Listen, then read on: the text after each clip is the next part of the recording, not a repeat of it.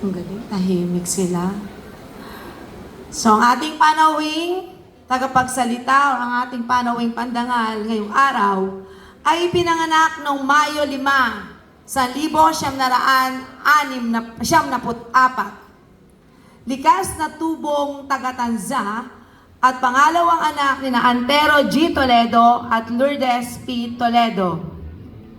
Ang ating panauhin ay maluwalhating nakapagtapos ng elementarya noong 2006 bilang salutatorian sa ating paaralang Punta.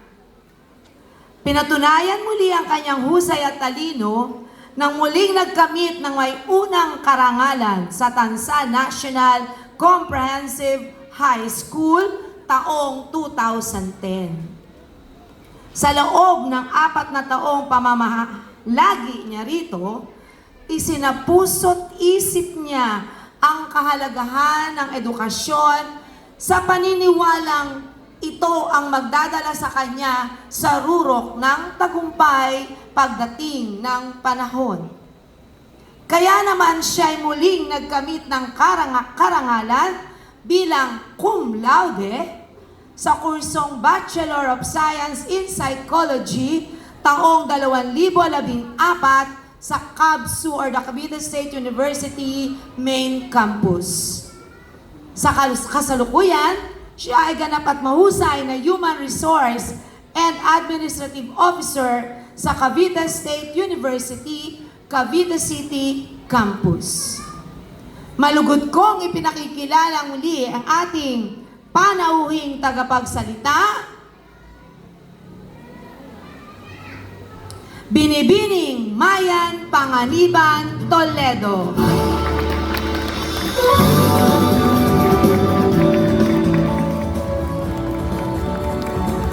Salamat po, ma'am. Maaari na po kayo magsiupo. Bago po ako magsimula, nais ko po munang batiin ang lahat po na naririto ngayon. Unang-una po, ang atin pong kagalang-galang na Division Superintendent, si Dr. Rosemary D. Torres. Gayon din po sa ating pong District Supervisor, si Engineer Mignon Cecil M. Mangoba. Sa ating pong mahal na punong guro, si Dr. Cinchas G. Cadua. Sa masisipag na mga guro at mga empleyado po ng Punta Elementary School, mga bisita, proud parents, and especially po sa mga mag-aaral na magsisitapos ngayong araw na ito. Isang magandang araw po sa inyong lahat. Hello graduates, good morning! Good morning sa inyong lahat. Isa pong karangalan sa akin ang makabalik sa lugar kung saan po ako nagsimula. Imagine po, it's been 19 years simula po nung huling tumuntong ako sa entambladong ito at nag-deliver ako ng speech bilang class salutatorian.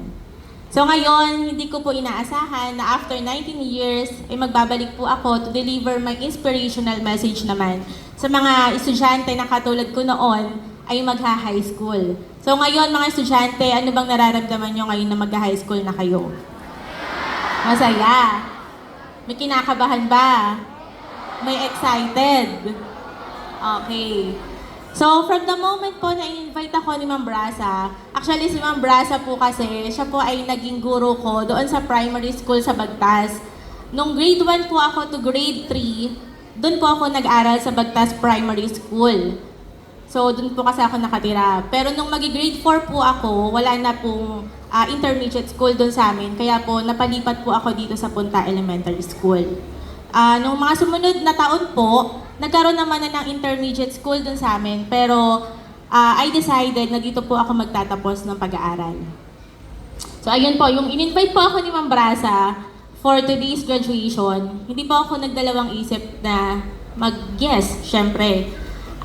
Simula po noon, marami pong lessons na gusto kong i-share sa mga bata. So ang ginagawa ko, pag may mga lessons ako and stories na nagpa-flashback sa isip ko, nag-jot down ako ng notes. And then, noong Sunday lang, binuo ko yung speech ko para I make sure na wala akong maiiwan sa lahat ng mga gusto kong sabihin. Okay, so, let's begin po. Story time po muna tayo. Marahil po ang tanong ng iba, sino po ba si Mayan Toledo? Bakit siya kinuhang guest speaker? Anong klaseng estudyante kaya siya nung nag-aaral siya? So ayun, I guess lahat po ng mga naging teacher ko dito at nakakakilala sa akin, mag-a-agree po sila na ako po ay isang mahiyain. Isa pong mahiyain, tahimik, at mahinihinang estudyante nung ako po ay nag-aaral dito. Sa totoo lang po, hindi po ako active when it comes sa recitation. Kung hindi po ako tatawagin ng teacher, hindi po ako sasagot. Kahit po alam ko ang sagot. Ganun din po, hindi rin po ako makikita na nakikipaglaro dyan sa mga estudyante sa labas. Hindi rin po ako palatayo sa upuan. Actually, kung saan po ako nakaupo, kahit maghapon, hindi po ako, pwede pong hindi ako tumayo kung hindi kinakailangan. So yun po, isa po talaga akong mahiyain nung ako po ay nag-aaral ng elementarya.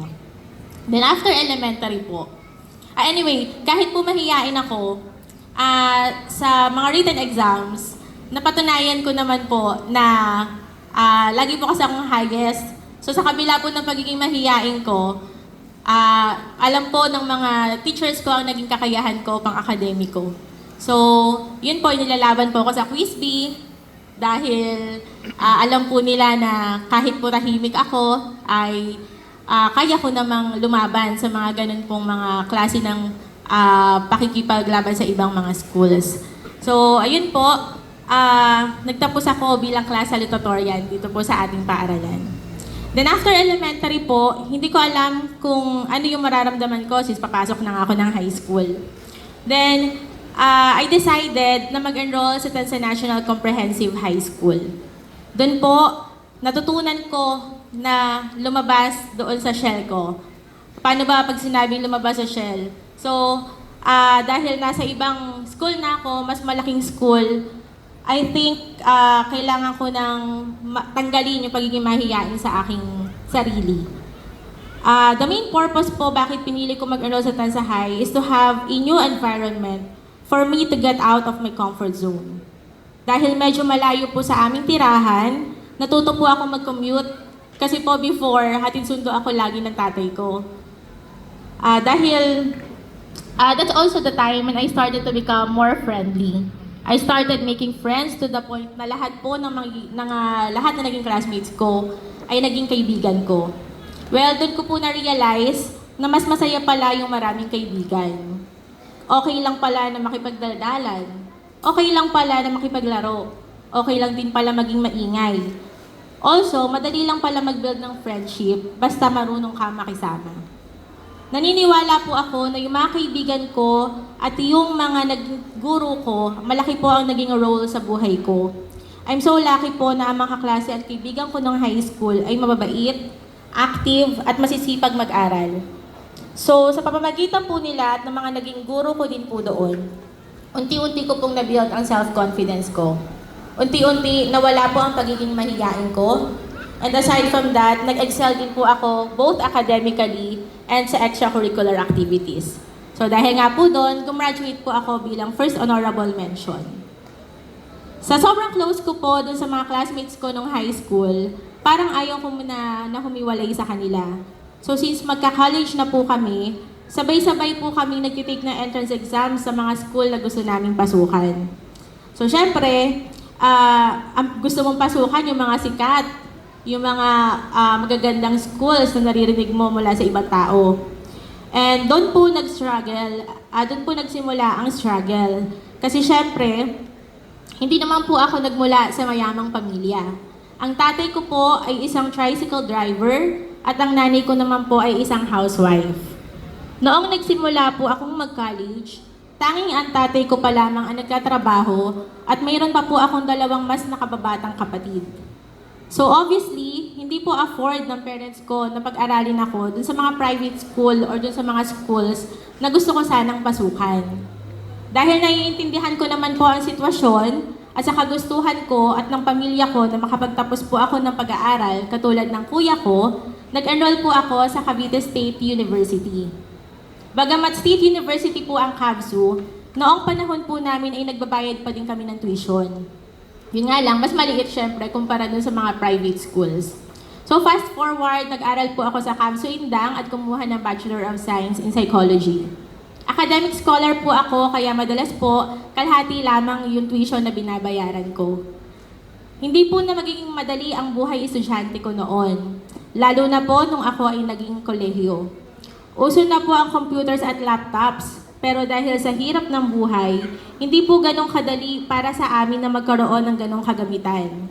Kaya naranasan ko po yung uuwi po ako galing school, kakain lang sandali, tapos diretso sa computer shop para gawin yung mga assignments and research ko. Madalas po, hating gabi na ako nakakauwi galing sa computer shop. So, bakit ko sinashare yun sa inyo? That is because I want you to realize kung paano ka-bless, kung gaano kayo ka-bless and privileged sa henerasyon nyo ngayon when it comes to the access to technology. Ngayon po, bihira na po ang bata na walang access sa internet. Bihira na rin po ang estudyanteng walang cellphone. Sige nga, sa mga estudyante ngayon dito, sinong walang cellphone? Taas ang kamay. Hindi ako mamimigay ng cellphone. Gusto ko lang malaman kung sino ang walang cellphone. O diba? Majority meron. Okay. So the important lesson is, ang tunay na tagumpay, hindi nasusukat sa kung gaano ka-advance ang gadgets mo, kundi sa kung gaano ka kasipag, katyaga at kadesiditong abutin ang iyong mga pangarap. Sa makabagong henerasyon, everything is faster. Information is instant. Mas maraming oportunidad. Mas mabilis ang internet. Mas maraming tools. Mas maraming paraan para po matuto at umasenso. So use what you have wisely. Don't take it for granted. Don't just use your phones for games or social media. Use them to grow, to explore, and to become someone who could truly make a difference. So in my own story of struggles, I can say na still, I'm very blessed kasi hindi ako pinabayaan ng mga magulang ko sa kabila ng hirap ng buhay. At dahil po sa lahat ng sakripisyo ng aking pamilya, lalo na ng aking mga magulang, ako po ay nagtapos bilang cum laude sa kursong Bachelor of Science in Psychology. Then after college, I started my career in human resources. Ngayon po, ako po ay isang admin officer at HR practitioner sa Cavite State University. At bilang isang HR po, gusto kong bigyan kayo ng tip, mga graduates. Isang bagay na pwede nyo pong baunin at magamit balang araw kapag kayo na ang naghahanap ng trabaho. So alam nyo ba na pag nag-hire po kami ng mga tao, we don't just look at the grades. We look at the character. Let's say, sa interview, may dalawa tayong aplikante. Yung unang aplikante, mataas ang grades, honor student. Pero during interview, ayaw makinig. Hindi rin naman magalang. Parang ayaw makisama and mayabang. Yun yung first applicant. So yung second applicant naman, hindi siya top student. Pero marespeto, marunong makinig at may mabuting asal. So sa tingin nyo, sino sa dalawa yung may chance na matanggap? Okay, very good. Siyempre, yung pangalawa. Bakit? Kasi nga, ang skills natututunan niyan. Pero ang attitude, mahirap na yung baguhin or ituro, lalo na pag matanda na. So, ngayon, habang bata pa po kayo, simulan nyo na ang pagbuo ng mabubuting asal. Matutong rumespeto sa magulang, sa guro at sa kaklase. Maging tapat kahit walang nakakakita. At higit sa lahat, maging masipag sa lahat ng bagay, mapaaral man yan o sa gawaing bahay. At habang pinag-uusapan po natin ang halaga ng pag-uugali sa pag-abot ng tagumpay, hindi ko rin po pwedeng kalimutan ang mga taong tumulong sa akin para mabuo ang mga yon sa pagkatao ko. And of course, I give credit to the people behind the woman I am today. To my former teachers, especially po dito sa paaralan na ito, hindi ko man po kayo maisa-isa, pero nakikita ko po kayo dito sa aking harapan, yung iba po nandun sa likod. Hindi ko na po kayo maisa-isa, pero please know na hindi ko po kayo nakalimutan. Pasensya na po kung hindi ako agad nakabalik, pero ako po ay lubos na nagpapasalamat dahil naging bahagi po kayo ng aking kabataan. Itong pagbabahagi po ng inspirational message sa mga estudyante nyo ngayon is my one way of giving back to you and to our alma mater. Madami po akong memories and experiences sa paaralan na ito that makes me strong and resilient. And of course, credits are given most importantly sa aking pamilya, specifically to my parents. Andito po sila ngayon, my parents and yung kapatid ko, my family is with me. So, maari ko po bang hilingin sa inyo na bawasan nyo na yung palakpak sa akin, ibigay na lang natin sa aking parents. Thank you very much. Pwede ba palakpakan na may kasamang higawan? Sabi nga ni Ma'am, kanina, ni Ma'am Rosemary Torres. Thank you po. Isa po sa mga dahilan why I decided na tanggapin ang invitation to be your guest speaker today is to honor my parents. My goal is to inspire the graduates. At the same time, gusto ko rin pong ma-inspire ang mga parents and guardians ninyo na doon sa storya ng mga magulang ko at kung paano nila na itaguyod ang aming pamilya sa kabila ng hirap ng buhay. Alam niyo po, hindi pa naman po kami mayaman sa ngayon. Actually, marami pa po kaming pangarap. Pero sa mga nakakakilala po sa amin, kung meron man pong mga nakakakilala sa amin dito, alam po nila ang naging pagbabago sa buhay namin. Mula po nung nakapagtapos ako at yung kapatid ko, yung kuya ko ng pag-aaral. Kung noon po, hataw si Papa sa pamamasada ng tricycle. Sabi niya nga, ang gabi, ginagawa niyang umaga. Ngayon po, namamasada pa rin siya, pero minsan na lamang kung kailan na lang niya gusto. Nais ko rin pong ipagmalaki na ang kuya ko po ay isa ng ganap na seaman. Ngayon pong taon, graduating na rin po ang kapatid ko. Ito po yung kasama ko dito sa harapan. Graduating na rin po siya ng kolehiyo sa kursong education. At yung bunso po namin kapatid, kasama ko po siya kanina kaso may pasok kaya nakaalis na. Siya po ay second year college naman at kumukuha ng kursong marine transportation. So lahat po yan naging posible dahil sa pagkisikap at pagtsatsaga ng aming mga magulang. At isa rin po sa may pagmamalaki ko ay ang pagiging masunuring anak. At ganoon din po ang aking mga kapatid. Kahit anong pagsisikap po kasi ng magulang, kung hindi naman sumusunod ang mga anak, hindi rin po tayo magtatagumpay. Tama po ba? Po. So honestly speaking, halos lahat po ng desisyon ko sa buhay, mula sa kurso, sa trabaho, at maging sa mga personal kong plano, dumaan po yun lahat sa gabay ng aking mga magulang. Isa po sa naging utos ng mga magulang ko na tumatak sa akin at alam ko ay maaring nasabi rin sa inyo ng mga magulang nyo ay yung salita na huwag ka munang magbo-boyfriend. Tama ba? Sinasabi ba sa inyo? Parang nakaka-relate ang mga estudyante. Huwag ka munang magbo-boyfriend, anak. Tapusin mo muna ang iyong pag-aaral. Sinasabi rin ba yun ng parents nyo? Yun, di ba? So, yun talaga kasi mostly yun ang sinasabi ng parents. So, bilang ako, isa akong masunurin na anak, nagtapos po talaga ako ng pag-aaral na hindi nagbo-boyfriend. Sa sobrang masunurin ko nga po, umabot na po ako ng 30. Umabot na po ako ng 30, saka pa lang po ako nagsimulang mag-boyfriend. So, ngayon, ang tanong na po na sa akin ng mga tao, pati ng parents ko, mag-aasawa ka pa ba? Kailan ka ba mag-aasawa? So kung noon, bawal ka mag-boyfriend, ngayon, kailangan mag-asawa ka. So yun. Now, my point is, may tamang panahon para sa lahat ng bagay. Also, naniniwala po ako na parents always want the best for their children. Dahil naging masunurin ako sa parents ko, naging maayos po ang takbo ng buhay ko. May tiwala sa akin ng magulang ko, kaya naman tanggap nila sino man po ang papasukin ko sa buhay ko. And now, it feels so good na makita po na sama-sama po silang sumusuporta sa akin ngayon. So, gayon pa man, kahit pumatanda na ako, lagi kong kasama at patuloy na isasama ang mga magulang ko sa magiging desisyon ko po sa buhay ko. Bakit? Kasi sabi nga po sa Bible, honor your father and mother and you will have a long and good life. In Filipino, igalang mo ang iyong ama at ina, giginhawa ka at hahaba ang iyong buhay. So, if I honor my parents, I am honoring God and I am acknowledging God's wisdom and authority in my life. To all the parents and guardians na nandito po ngayon at nakikinig, patuloy nyo lang pong suportahan ang mga anak ninyo. Ang support system po ng pamilya ay sobrang mahalaga. Malaki po ang nagiging epekto niyan sa pagkatao ng mga anak nyo.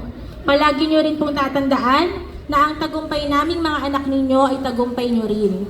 Marahil marami din po dito ang mga magulang na katulad ng mga magulang ko ay hindi rin nakapagtapos ng pag-aaral dahil sa hirap ng buhay. Huwag po kayong malungkot kasi pag nakapagtapos po ang mga anak nyo, higit po sa diploma ang karangalan ng matatanggap ninyo. Sigurado po ako na someday, masusuklian din po ng mga anak ninyo ang lahat ng hirap at sakripisyo nyo para sa kanila. At ako po, buong paniniwala ko po sinasabi, lahat po ng mga batang naririto sa harapan ko ngayon ay magtatagumpay. Tama ba, graduates? Do you agree? O sige nga, sabihin nyo, magtatagumpay ako. O, mas malakas pa, magtatagumpay ako. Okay. So, ang tanong, paano kayo magtatagumpay? Paano kayo sasucess? Sino nakakakilala kay Ninya? May nakakilala kay Ninya? Sabi ni Ninya, parang nag-imagine ka. Nakikita mo sa imagine mo, wow, ang taas ko na. Kilala niyo yon? Makikita mo sa imagine mong success ka eh. Bigla kang sumakses. Pero step by the step, bago ka sumakses. Yun yung sabi ni Ninya. So si Ninya, sa mga hindi po nakakakilala, trending po siya sa Facebook at saka sa TikTok. Siya po ay isang dalaga na merong kapansanan po sa pag-iisip, pero nagbibigay siya ng words of wisdom. So, at first, syempre, magulo siya pakinggan. Medyo magulo naman kasi talaga yung pagkakasabi niya. Pero if you would analyze, meron kasi siyang mas malalim na ibig sabihin. Sa psychology po kasi, and sa law of attraction kasi yung tawag din sa psychology and even in success principles, meron po tinatawag na law of attraction. Ang ibig sabihin po ng law of attraction, kung ano po ang madalas mong iniisip, pinaniniwalaan at ini-imagine, yun din po yung unti-unting ina-attract mo sa buhay mo. Ang dami po sa atin, especially sa students, mahilig mag-imagine, tama? Ano ini-imagine nyo? Siyempre, successful kayo sa buhay. Meron kayong magandang bahay, may magandang trabaho, kotse, at masayang pamilya. Tama ba? Yun ba ini-imagine nyo? Siguro wala naman nag-i-imagine dito na someday ay meron tayong mahirap na buhay, di ba? So, syempre, lahat na ini-imagine natin positive. Pero, sabi nga ni Ninya, ang success is step by the step down. Ibig sabihin, success is not instant. It's not magic. It's a process. Kaya, when you imagine, you have to start working for it. Kasi kahit gaano pa yan ka-positive, kung kahit gaano ka pa ka-positive mag-isip, kung wala ka namang gawa, wala ding magiging resulta. So dream big, visualize your success, believe that you can, and then take steps every single day toward that dream. Hindi mo na lang mamamalayan, wow, bigla ka nang sumakses. And that's the time na sabi nga ni Ninya, ma-feel mo daw ang moment. So, yun. Paano mo naman malalaman na successful ka na? Let me tell you this. Ang success po, hindi po yan nasusukat sa taas ng grade mo noong nag-aaral ka.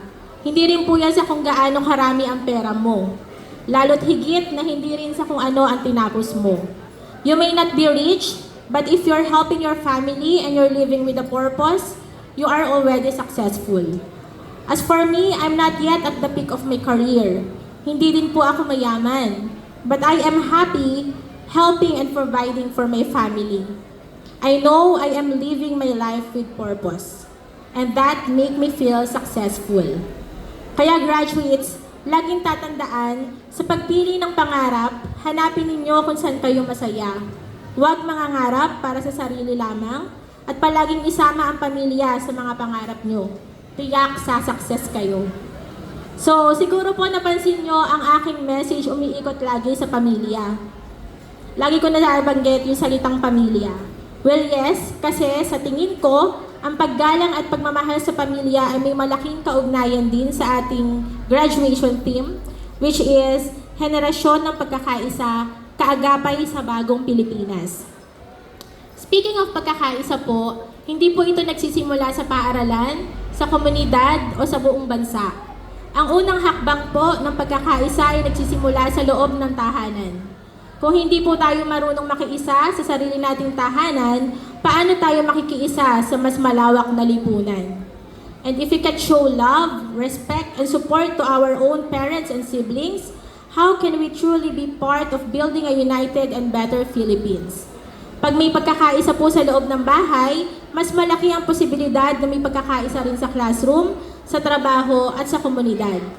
That's why the theme today na henerasyon ng pagkakaisa, kaagapay sa bagong Pilipinas is really very meaningful. Hindi lang po ito slogan, hindi lang din po ito pang post sa social media. Ito po ay paalala na ang bagong Pilipinas ay hindi natin mabubuo kung kanya-kanya po tayo. Dapat sama-sama tulong-tulong. Sa pamilya, sa paaralan, sa komunidad, lahat tayo ay may papel na ginagampanan. So be the first to show unity sa pamilya mo, sa barkada mo, sa mga kaklase mo. Ikaw na ang maunang magbigay, tumulong at mag-angat. Sa panahon po ngayon, wala nang kompetisyon. Hindi na kayo dapat magpataasan. Dito nga po, di ba, sa paaralan, hindi katulad dati na may top 1, top 2, top 3, and so on and so forth. Lahat po ng umabot sa hinihiling na grade, pwedeng awardan ng with honors and with high honors. So, ibig sabihin, pwede kayong sabay-sabay maging magaling. Kaya kapit-bisig tayo, mga kabataang Pilipino, sama-samang mangarap, sama-samang kumilos, at sama-samang bumuo ng bagong Pilipinas. Congratulations, graduates! Mabuhay po ang henerasyon ng pagkakaisa at maraming salamat po.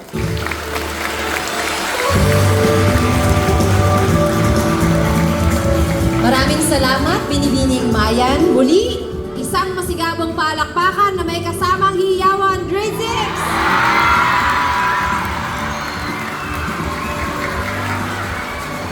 Sa puntong ito, inaanyayahan kong muli si Dr. Cynthia C. Cadwa, Punong Guro, Ma'am Valentina T.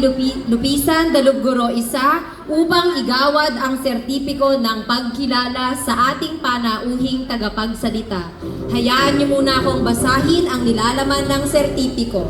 Republic of the Philippines, Department of Education, Region 4A, Division of Cavite, Punta Elementary School, sertipiko ng pagkilala ay iginagawad kay Mayan P. Toledo sa walang pasubali at taus-pusong pagbabahagi ng kanyang kakayahan bilang panauhing tagapagsalita sa ginanap na araw ng pagtatapos 2025 na may temang Henerasyon ng Pagkakaisa, Kaagapay sa Bagong Pilipinas na idinaos ngayong 15 ng Abril 2022 sa paaralang elementarya ng Punta. Signed, Lea P. Manato, Grade 6, Tagapangulo ng Guro, Cynthia C. Cadwa, Punong Guro.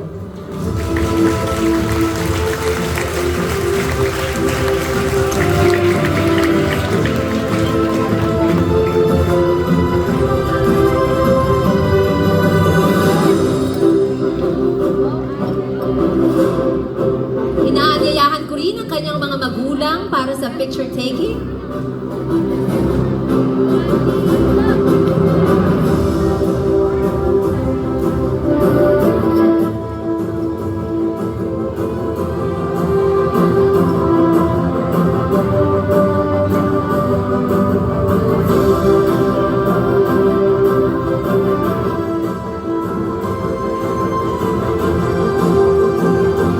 Sa bahaging ito, ating pakinggan si Andy Maisel E. Melesha, batang nagtapos ng may karangalan para sa